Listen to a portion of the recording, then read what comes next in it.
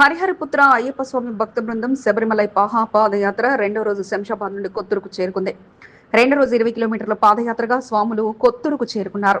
80 మంది అయ్యప్ప స్వాముల బృందంతో మహాపాదయాత్రగా శబరిమలకు సికింద్రాబాద్ వైఎంసీఏ సిద్ధి వినాయక దేవాలయం నుండి శబరిమలకు బయలుదేరారు. 38 రోజుల పాటు వీరి పాదయాత్ర కొనసాగనుంది. గురుస్వామి సుధాకర్ సారథ్యంలో పాదయాత్రను కొనసాగిస్తున్నారు. 4 సంవత్సరాలుగా అయ్యప్ప స్వామి మాలాధారణతో సికింద్రాబాద్, సనత్ నగర్ కంటోన్మెంట్ ప్రాంతాలకు చెందిన అయ్యప్ప స్వాములు శబరిమలకు పాదయాత్రగా వెళ్తున్నారు. లష్కర్ ప్రాంతం నుంచి బయలుదేరిన అయ్యప్ప స్వాముల బృందానికి అడుగడుగునా భక్తులు స్వాగతం పలికి వారి ఆశీర్వాదాలను తీసుకున్నారు. రెండో రోజు పాదయాత్రలో కొందరు స్వాములకు కాళ్ల కండరాలు పట్టుకోవడంతో ఇబ్బంది పడ్డారు. మరికొంతమంది స్వాములు అరికాళ్లు పగుళ్లు తేలాయి.